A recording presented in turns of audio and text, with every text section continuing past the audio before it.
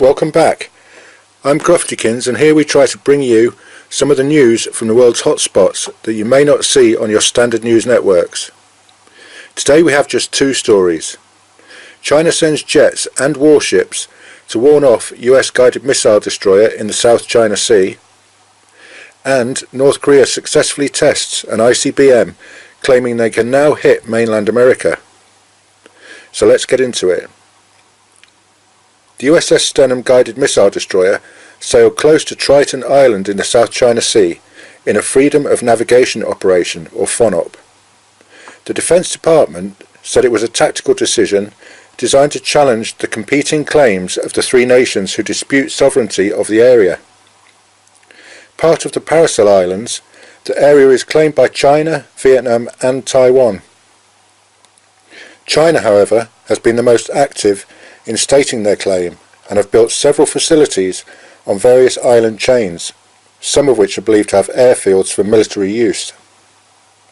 When the USS Stenham approached to within 12 nautical miles of the island, China launched jets and warships and accused the US of engaging in serious provocation, stating that China strongly urges the US side to immediately stop such provocative operations that violate China's sovereignty and threaten China's security.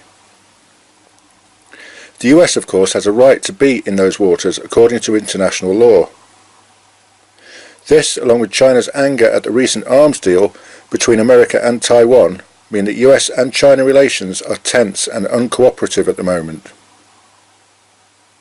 In other news, North Korea has just launched another ballistic missile, claiming it was the first successful test of an intercontinental ballistic missile, or ICBM.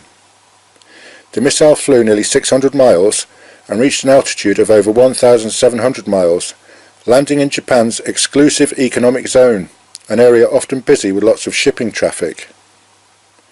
Experts have said that if the missile was fired at a lower trajectory, it would be able to reach the entire area of Alaska. Although this doesn't threaten most of the US, it is still a significant development in North Korea's missile program, and goes hand in hand with Kim Jong-un's promise to develop nuclear weapons capable of turning the US to ashes. South Korea and Japan immediately protested, saying it was a blatant violation of UN resolutions.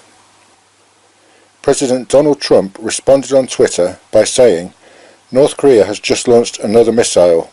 Does this guy have anything better to do with his life?" He also said he hopes China will put a heavy move on North Korea and end this nonsense for all. Unfortunately, given the recent tensions in the relationship between China and the US, this seems unlikely. Analysts have said it could still be years away from a nuclear-tipped ICBM, but given North Korea's progress so far, there is every chance it could happen a lot more quickly. Once North Korea can directly threaten the US, Kim Jong-un may feel more confident in engaging in a war with the South, with less fear of American intervention. Earlier this year, President Trump said he would not let this happen, but now the threat is much more imminent. The world is waiting to see what his response will be. We will try to keep you informed of developments as they happen, so please hit that subscribe button for further updates, and don't forget, the world is watching, so please be kind to each other.